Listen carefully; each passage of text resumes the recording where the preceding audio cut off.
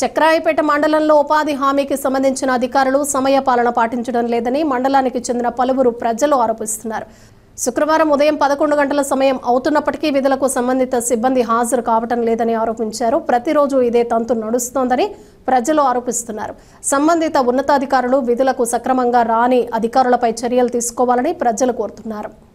అయితే ఇంతవరకు ఆఫీస్కి రాకంటే ఇంకా ఏదైనా పనులు చేసేది ఏం చేస్తారు, ఉపాధి పనులు ఏం చేస్తారు, రెగ్యులర్ ఏం చేస్తారు, ఇట్లే ఉంటే ఎన్నాళ్ళు పని చేస్తారు. చక్రాయపేట మండలం అంతా ఇచ్చి అయిపోయింది. ఎవడైనా పట్టించుకునే అధికారులు లేదు, అధికారులు పార్టీ ఆఫీసర్లు లేదు. ఏదైనా మాట్లాడితే ఎవరు చెప్పుకోమని అంటున్నారు. ఎవరు చెప్పుకోవాలి?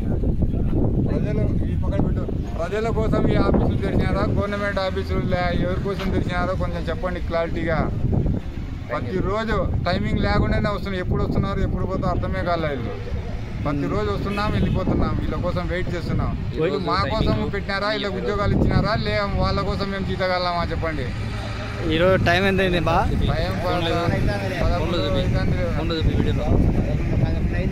అవుతుంది టైము. వచ్చి 9:30 వచ్చి కూర్చున్నాము. అయ్యాడ రోజు ఇదే పంచాయతీ అయిపోయింది. వీళ్ళు రారు.